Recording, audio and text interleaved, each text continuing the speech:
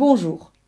Le modèle néoclassique du marché du travail s'appuie sur les hypothèses du modèle de concurrence pure et parfaite.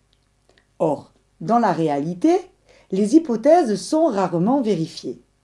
Dans ce cas, c'est le modèle dans son intégralité qui va être remis en cause. Je vous rappelle les hypothèses du marché de concurrence pure et parfaite. L'atomicité, par exemple, n'est pas forcément respectée. En effet, le marché du travail n'est pas concurrentiel. Il existe par exemple des bassins d'emploi dans certaines régions ou dans certains secteurs. De même, la mobilité géographique est difficile à mettre en place. Un salarié qui perd son emploi à Bordeaux ne va pas accepter forcément un emploi à Paris. Cette mobilité géographique induit en effet des coûts humains et financiers qu'il est facile de comprendre. Ce sont surtout sur les hypothèses d'homogénéité et de transparence que nous allons nous arrêter. Concernant l'hypothèse d'homogénéité, le facteur travail n'est pas toujours substituable. Il est facile de comprendre qu'un maçon qui perd son emploi ne va pas occuper spontanément un poste d'assistant maternel. D'autre part, concernant l'hypothèse de transparence, il existe une asymétrie d'information entre les employeurs et les salariés. Les entreprises ne disposent pas toujours de toutes les informations concernant leurs salariés. Pour cette raison, elles peuvent être emmenées à proposer un salaire supérieur au salaire d'équilibre. C'est ce que l'on appelle le salaire d'efficience.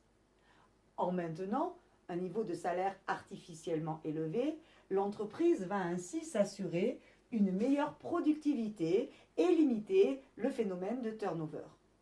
Par ailleurs, elle augmente la qualité de la main-d'œuvre, les salariés étant davantage motivés. Nous voyons ici que la relation est inversée.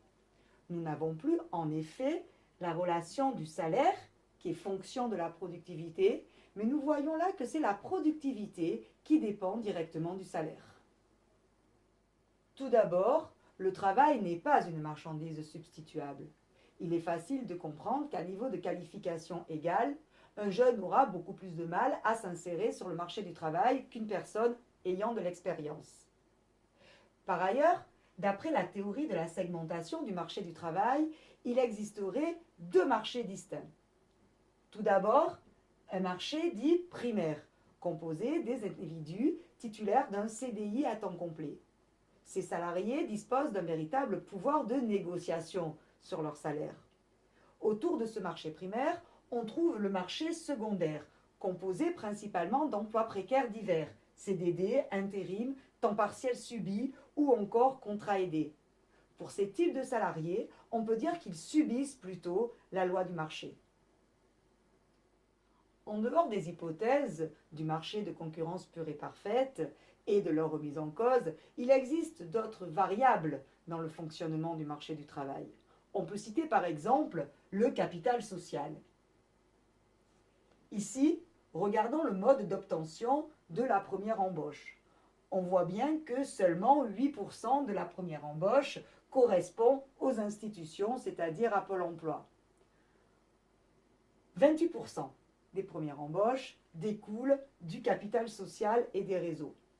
On peut donc en déduire que, par exemple, l'origine sociale va avoir un impact sur la faculté de s'insérer sur le marché du travail.